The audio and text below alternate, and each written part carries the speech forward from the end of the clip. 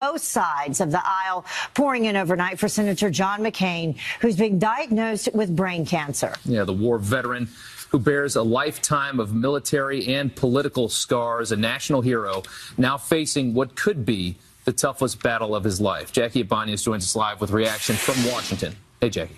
Hi, good morning, Rob and Heather. One of the most pivotal figures in American history has had a lifetime of near-death experiences. Now Senator John McCain is in a brand new fight. The 80-year-old Arizona senator recently undergoing surgery to remove a blood clot, but doctors at the Mayo Clinic also found a tumor called glioblastoma. It's the same type of cancer that killed McCain's close Democratic colleague, the late Ted Kennedy, as well as Joe Biden's son, Beau. As news spreads, so did words of encouragement, including an emotional statement for President Trump also offering support, saying, quote, Senator John McCain has always been a fighter. Melania and I send our thoughts and prayers to Senator McCain, Cindy, and their entire family. Republican lawmakers were in late-night health care meeting on Capitol Hill when they learned the tough news. It was very emotional, almost kind of stunned disbelief for a minute. And then we asked James Lankford to lead us in prayer. Talking to John. And yeah, I might have to stay here a little bit longer, take some treatments, and I'll be back. It's going to be a tough way forward, but he says I've been through worse. Senator McCain now considering treatment, which usually includes radiation and chemotherapy. The average survival, 14 months. But if there's anyone that can beat the statistics, it's this American hero. Back to you, Heather and Rob. Yeah. Certainly true. Our prayers go out to their family for sure. And Megan. 80 years old, and the life that he has lived thus far and the battles that he's been through are just incredible. 1967, shot down in Vietnam while dropping bombs in North Vietnam, captured 5 years, tortured, went through hell in 5 years in North Vietnam. He is truly a national hero and someone to be very respected, and somebody that really has given all of his adult life to this country, serving in one way or another. Really an impressive person, and everybody fighting for him. Yeah, and this type of brain cancer is not a forgiving type of brain cancer. My family actually just dealt with this and had a death in our family as a result of this just last month. Yeah. And although there have been great strides in treatments, it's a very difficult disease. It's tough news to hear, but we are pushing for the best and hoping for the best, and our thoughts are with him and his family and all of his friends and all the people that he works with. All right, let's move along now. Okay, other news remains believed to be the 10th and the final victim of a deadly flash flood just discovered in Arizona. Hector Garnica went missing Saturday when torrential rains flooded a swimming hole in a flash flood during a family birthday party as he and his family were swimming. Garnica's wife, their 3 small kids, 5 other relatives all killed as this flood rushed into this swimming hole that they were in. Officials now conducting DNA tests to confirm the body of Hector Garnica. Well, plea for parole, O.J. Simpson could soon be a free man after serving 9 years behind bars for armed robbery. The former NFL star facing a parole board in just 8 hours. Yeah, this is something else. I think a lot of eyes are going to be on this. Dan Springer live from the Lovelock Correctional Center in Nevada with more on what we can expect from today's hearing. Hey, Dan. Yeah, good morning, Rob and Heather. You're right. This hearing is expected to start in 8 hours, could last roughly an hour, and most, if not all, of the people connected to the botched armed robbery that landed O.J. Simpson in the Nevada prison behind me believe that he will and, in fact, should get parole later on today. Poll after poll shows that Americans, by a vast majority, believe that O.J. Simpson got away with murdering his ex-wife, Nicole, and her friend, Ron Goldman. They think that it's karma when Simpson was sentenced to 9 to 33 years for robbing a couple of sports memorabilia dealers who basically had some of O.J.'s stuff. The prosecutor on the case offered Simpson a plea deal back then of 2.5 years, but O.J. gambled and lost big time. David Roger is retired now, and he thinks that for this crime, Simpson has paid his debt to society. He has done 9 years on a robbery charge. He'll be 70, or he is 70 years old now. Probably a low risk to reoffend, or at least a low risk to commit a violent crime. Now, the hearing will be done by video teleconference with Simpson here at the Lovelock Prison and 4 members of the Nevada Parole Board 100 miles away in Carson City. O.J. will certainly plead his case. A few years ago, he described himself as a model prisoner and said that he was sorry for his crimes. And according to his defense attorney, the key is showing the board that he has changed. Please sit down.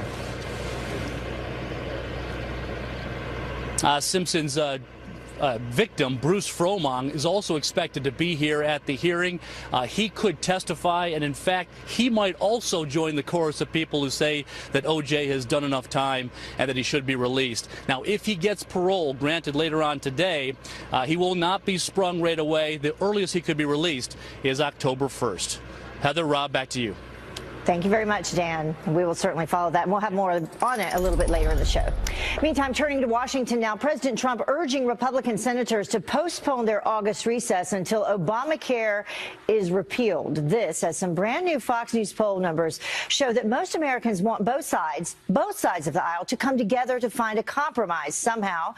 Griff Jenkins is live for us from our nation's capital with the latest on this. Good morning, Griff.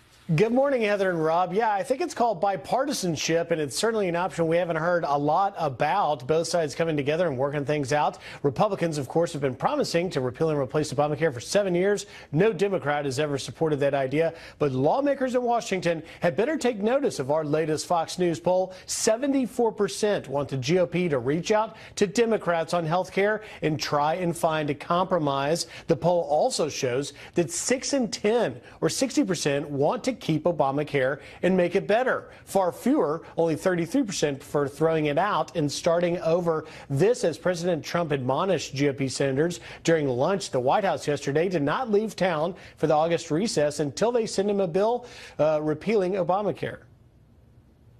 People are hurting. Inaction is not an option. And frankly, I don't think we should leave town unless we have a health insurance plan, unless we can give our people great health care, because we're close. We're very close. But support for the repeal-only vote next week isn't there yet, as some 24 GOP senators met in secret last night with administration officials. Secretary Tom Price trying to find a path forward. One of those GOP holdouts from the very beginning, Susan Collins, had this to say. What I think we need to do, and what I've recommended to Senator Lamar Alexander, who is the chair of the Health Committee, is that we start hearings on how we can fix the many egregious flaws that do exist in the current law. So much work to be done. And finally, just back to those numbers, President Trump's lowest marks in our Fox News polls come on the handling of health care. Only 32% approve of the job he's doing, guys. Yeah, a lot of blame being thrown around to just about everyone on why work's not getting done. The numbers on health care are good for anybody right now. Yeah. All right. Thanks so much, Griff. Thanks, Griff. Well, as President Trump gets serious with Senate Republicans on health care, or at least tries to, political commentator Mark Stein says that the Democrats aren't the only ones hoping that the president will fail. Trump's main problem, in a way, is that there's a Republican Party, significant parts of the leadership of which have no interest in seeing the Trump presidency succeed.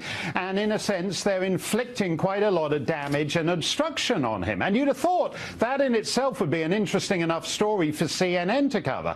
Instead, they're saying, oh, look, he went to the G20 summit and he was supposed to be sitting next to the Argentine First Lady, and he sat with her for 2 courses, and then in dessert he wandered over and he started talking to Putin. Go to the summit to meet Putin, and apparently that is now a conspiracy. All right, today President Trump heading to the Pentagon to talk terror. The National Security Team briefing the commander-in-chief on the fight against ISIS and global deployments of our troops. The meeting coming hours after President Trump tapped a new Army secretary. Mark Esper is a Gulf War veteran and retired Army lieutenant colonel who currently works as the vice president of a U.S. defense contracting company. He must now be approved by the Senate. Well, the Supreme Court will allow President Trump's travel ban with some exceptions. Justices ruling the administration cannot block grandparents, aunts, uncles, and other relatives in the U.S. But the president did get a partial win on another issue. Justice is lifting an order exempting a category of refugees from the travel ban.